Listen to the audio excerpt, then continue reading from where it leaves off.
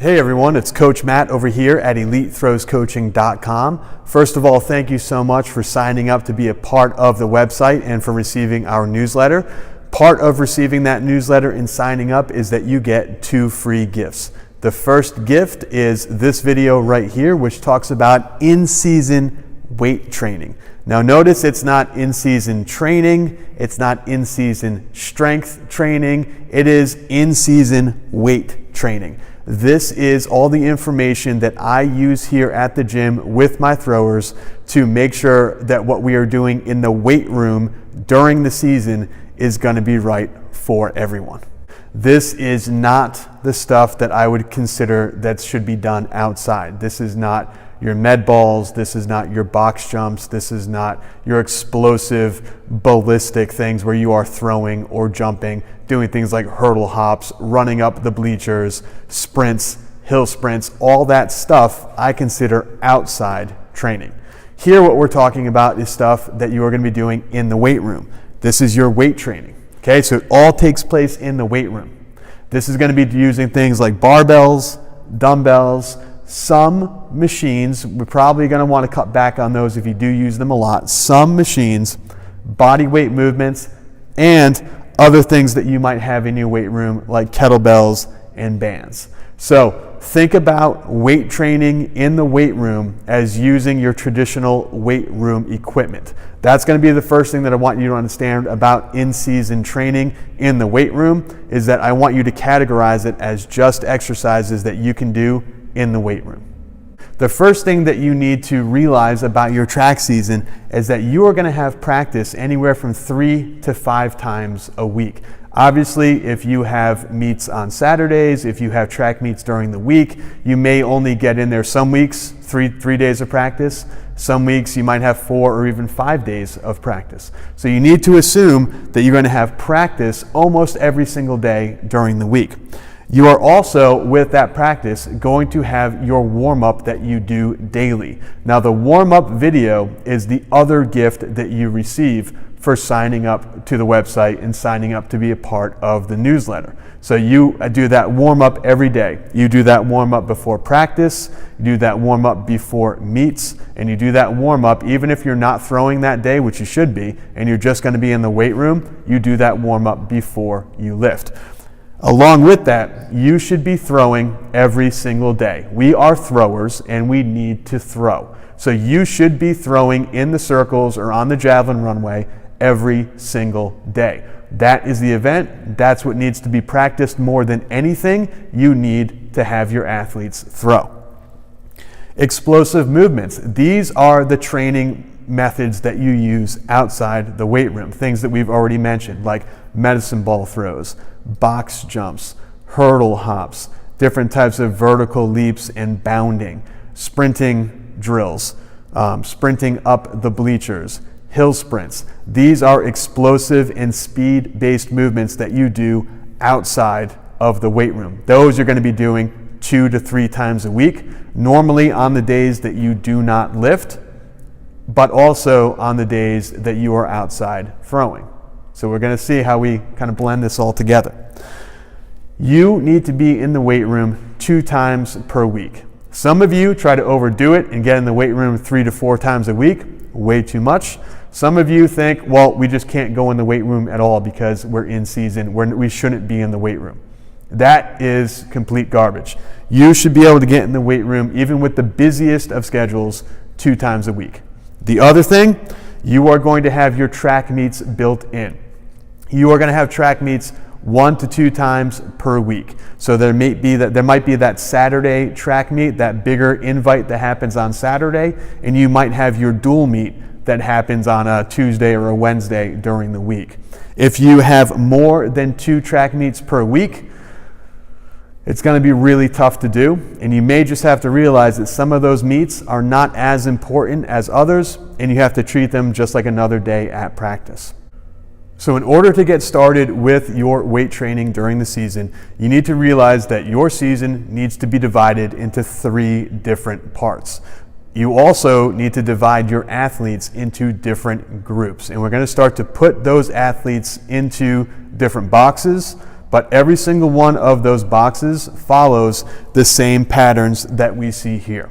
The first 3 to 4 weeks of your season is going to be the early season. Now, sometimes in the early season, you'll go 1 or 2 weeks without any track meets. And then when the track meets start up, they are really basic, entry-level kind of dual meets. They don't really count for anything. They're not state qualifiers. They're not bigger invites. There's no prestige to them. Basically, they're just kind of tune-up type meets. That first part of the season is when you are going to be working on building strength. The second part of the season, the middle of your season, that is going to be when the state qualifying track meets begin. That's going to be when, the bigger invitationals are happening. That's not just a dual meet against a couple schools. This is where you're going against a lot of bigger schools. You're going to bigger track meets. Those usually happen in the middle of the season. And in the middle of the season, we are going to be working on increasing strength and speed together. We're going to combine those two in the weight room. The last part of your season is championship season. This is where you have your state championships, your county championships, your regional championships, your city championships, your class championships, your division championships, whatever you call it. This is where you have those bigger last chance qualifying meets to get to the next level, and this is where you have all of your championship meets. This time of year, we are only training speed. So you should be able to look at your schedule and go to a calendar and say, okay, the first 4 weeks are really basic dual meets. The next 4 to 5 weeks, that's all of our bigger invites and the meets that actually start to count for something. And the last 3 to 4 weeks, those are all of our championship meets that we absolutely need to peak for. And don't make no mistake about it. I am a power lifter and I have to peak for strength. Throwers do not peak for strength. The goal is not to be as strong as possible at the end of the year. The goal is to be as fast as possible at the end of the year without losing a whole heck of a lot of strength. So once you've divided your season, you then need to start dividing your athletes. Now, you don't do this by dividing them by what grade they're in. You don't do it by dividing boys and girls. You divide it based on how serious they are and how strong they are. So for the most part, you have 3 levels: level 1, level 2, and level 3. Level 1, that is your classic freshman high school athlete, boy or girl, who is not super strong and has never lifted a weight before in their life. They don't know how to squat, they don't know how to bench press, they don't know how to clean, they can't do a pull-up, they can barely do a push-up. That is your level 1. That's that level 1 track that they are probably going to be on for the entire season. Your level 2, these are your guys and girls in the middle. Maybe they have been working out for a couple years, maybe they're sophomores, juniors, or maybe they're even freshmen that are just really strong and good athletes. They are going to be on level 2. These are guys and girls who are really good with body weight movements. They have the basic techniques down and pretty good technique with things like squats, bench press, deadlifts, cleans, overhead movements, even like any kettlebell movements that you might have them do. You can give these guys a workout and they're not going to be coming up to you every single exercise going, "Coach, what's a clean? Coach, what do you mean when you say a back squat? Coach, bench press, is that dumbbells or barbells?" They get it. They've been with you for a year or so. They're strong. They understand. And they can usually be on their own without a ton of guidance. The third level, level 3, these are the athletes that have been with you for quite some time. They are really strong. They know how you train. They know the attitude in the weight room. They probably are doing their own training during the off season or going to a training center during the off season. This is your level 3s. These are your studs, probably your seniors, probably the best throwers that you have on your team. So now it's time to talk about what's actually going to happen on the 2 days of training that you're going to be doing during the week. The first day of training is the farthest day away from your big meet. So most big meets in the middle part of the season and the end of the season are going to be happening on the weekend. So it's going to be a Saturday meet or maybe a big Friday, Saturday invitational that you're traveling to. Those are all happening at the end of the week. So the furthest day away from that big meet is normally Monday. So that's when we want our first day of training to be in the weight room. It's going to be that Monday. Now that Monday, we're going to be working on a lot of lower body strength. We're going to be working on upper body hypertrophy. That's actually putting on muscle, kind of your bodybuilding style training of hypertrophy for the upper body, and then lower body accessory work that is going to complement what we're doing for the first movement, that lower body strength. Okay? Now, the thing that I want to tell you is that it's going to be different for everybody. You've got your 3 levels, your level 1 athletes, your level 2 athletes, your level 3 athletes. For those beginner level 1 athletes, a lower body strength movement might be something like a body weight squat, or it might be something like a very light kettlebell squat. It might be something like a body weight box squat to get them to squat properly. Doing a set of 10 with their body weight might be just as challenging as your level 3 athlete doing a set of 10 with 300 pounds. So you need to make sure that you have different levels. Level 2 might be something like a front squat or a very heavy dumbbell goblet squat. Level 3 might be a very heavy front squat or a very heavy back squat or box squat. So for the different levels, there are going to be different exercises prescribed to them. Okay? Same thing with the upper body hypertrophy. For level 1, an upper body hypertrophy movement might be something like an elevated push-up where their hands are elevated on a bar to make it easier for them to do their push-ups. For a mid-level, a level 2 upper body hypertrophy might be very light dumbbells or might be push-ups on the floor.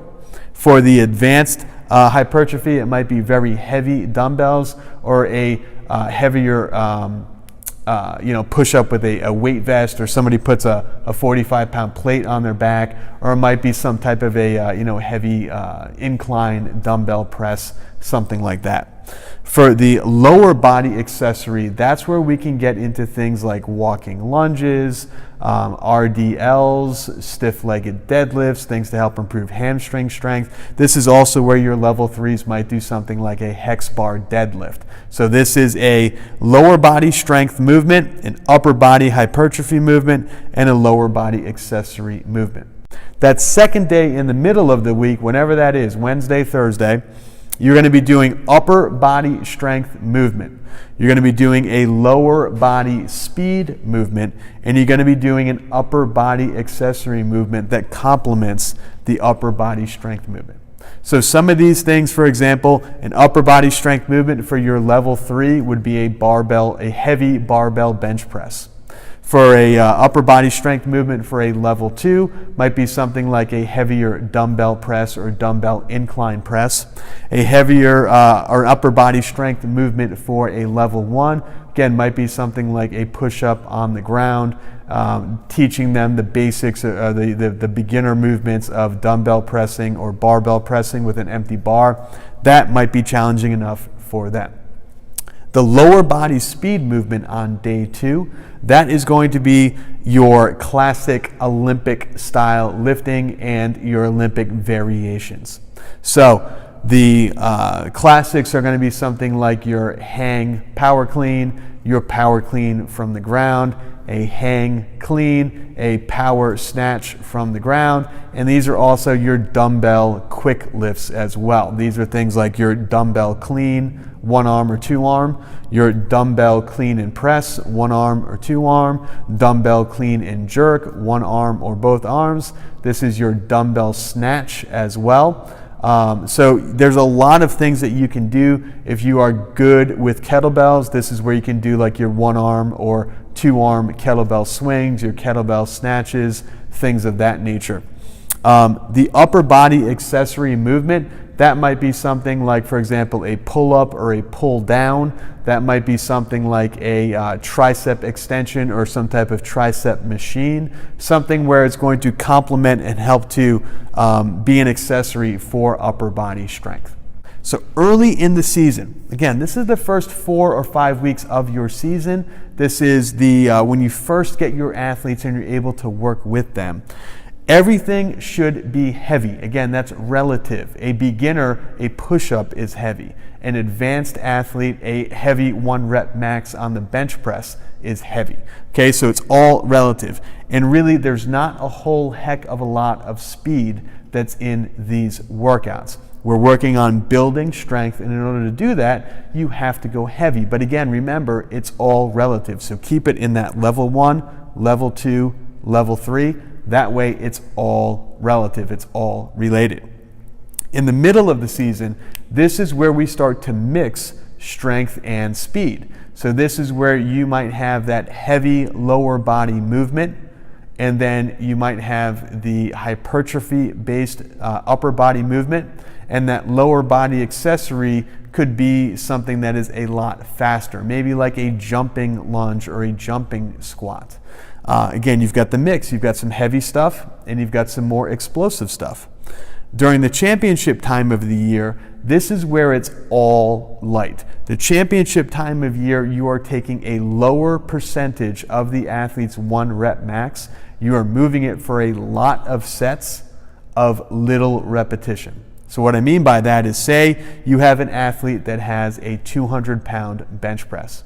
You want to cut that back quite a bit, maybe to 50%. So you cut that back to 100 pounds, and where he could move that slowly, maybe for 10 repetitions, you want to move it quickly for 10 sets of 2 repetitions. So unrack the bar, 1, 2, rack it. Teammate comes in, does his, other teammate comes in, does his, and then that first athlete, unrack, down, up, rack it back up again. We're working on moving sub-maximal weights as quickly as you possibly can.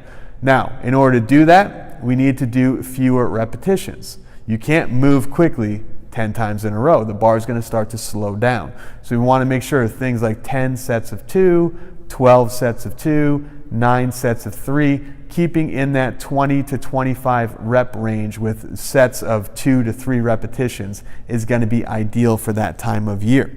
And also too, don't forget this. A lot of times this method gets criticized because we're not being explosive all year round or all season long. But keep in mind, you're doing explosive things out at the circle. When you are throwing, you are being explosive.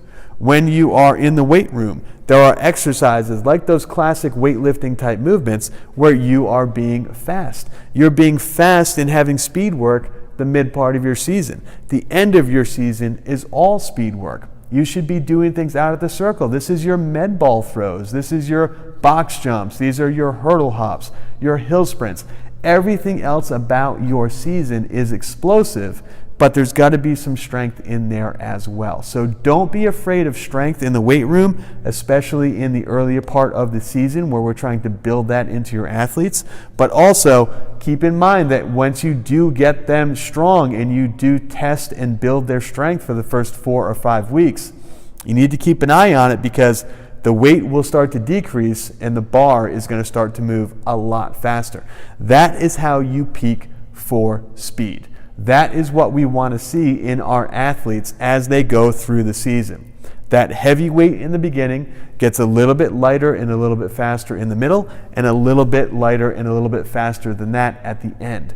This is going to help them to recover, it's going to help them be fresh, but it's also going to train every aspect of their body to become faster. Remember, we peak for speed, we do not peak for strength. We are explosive throwers. We are not power lifters. And believe me, that's coming to you from the mouth of a competitive power lifter, someone who has been doing heavy bench, squat, and deadlift for a very long time. So if I'm telling you that's the case, you better believe that's the case.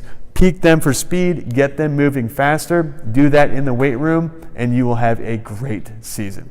So to end this video today on in-season weight training, We're going to show you a little bit of an example of what your calendar is going to look like at the different stages of your season, the early, the middle, and the championship stages of your season. So the early part of your season really looks like this. I normally give all of my throwers Sundays off. We don't do any type of training on Sundays. We don't do a lot of throwing on Sundays. So we're looking at Monday, we are going to be throwing and we're going to be in the weight room. It doesn't matter which one comes first. Tuesday, we're going to be throwing, and then we're going to be doing explosive movements out at the circle, outside. This is your things, again, like your med ball throws, your hill sprints, your different types of jumping and bounding, your hurdle hops, all that good stuff. We're going to do that along with throwing on Tuesday. Wednesday is going to be the weight room and then throwing some more.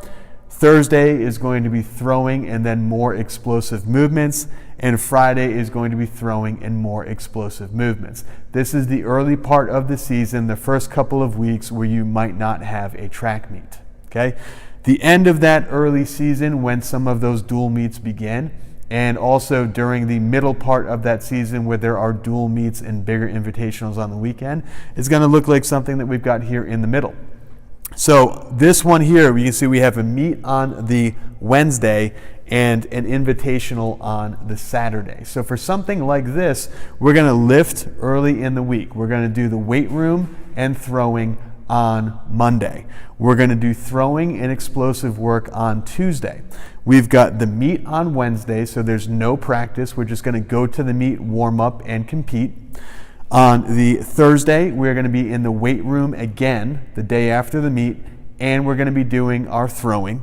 Friday is throwing and explosive movements out at the circle, med balls, jumps, hurdle hops, all that stuff. And then we've got the invitational on that Saturday. Okay, so you can see the way this works is the weight room, where we're going to be squatting, doing the big lower body stuff, is the furthest day away from the big track meet. Then, because this was on a Wednesday, we're going to do the weight room again that second day, the day after this meet, but still with a day in between the big meet. Okay, so give yourself that day off. Something like this, I would never do weight room Monday, Tuesday, and the meet on Wednesday. That's not good. 2 days in a row and then a meet is just not a good idea. And I would never do it on Friday before the big meet. That's not a good idea either. Now, what if you had this meet was on Tuesday? Well, if the meet's on Tuesday, you've got to remember in the middle of the season, these meets in the middle of the week are usually small dual meets that don't really count for anything. So I would still be in the weight room on Monday, have the meet on Tuesday, then I would do the weight room again on Wednesday. So I have 2 days rest before the meet. So if your meets are all over the place, and a lot of meets in the middle of the season are all over the place, it's like they take a dart and they just throw it at the calendar, and wherever that dart sticks, that's where you have a meet. So if it looks like this, you're just going to have to go week by week and figure out when it's going to work best for your squad. Championship time of year is usually the easiest time of year to schedule because all of the meets, for the most part, are going to be either on Friday or Saturday. And if that's the case, what you do is weight room and throwing on Monday. You're going to be throwing and doing your explosive stuff on Tuesday. You're going to be in the weight room and throwing again on Wednesday. Throwing and explosive stuff on Thursday. Throwing and explosive stuff on Friday. And then your meet. The only thing that you are going to do is, as the season continues, you've got to remember that your athletes are going to be getting in good shape. So something like this should not fatigue them. If you do a lot of throwing and explosive work the day before the meet, it should not fatigue them because they've been used to it, because they've been doing it for the past 9 or 10 weeks. So what you will want to do is, as you get closer to the end of the season and the bigger state championship, regional championship, the last 1 or 2 meets of the competitive season, what you are going to want to do is just back off a little bit. If you normally take 30 throws a day, take 20. If you normally do, 20 med ball throws, do 10. Back off a little bit on that Friday to give their body a little bit of rest. And then maybe before the biggest meet of the year, back off a little bit on Thursday, back off a little bit on Friday, and then you're ready to go on Saturday. All right, so that's all I've got from here. Thank you for watching this video, and thank you again for signing up to be a part of our newsletter. Make sure if you have any questions, you can hit up the contact form on this website. Those emails come directly to my inbox. Thanks again so much for sitting through this really long video on in-season weight training, and I will talk to you all really soon.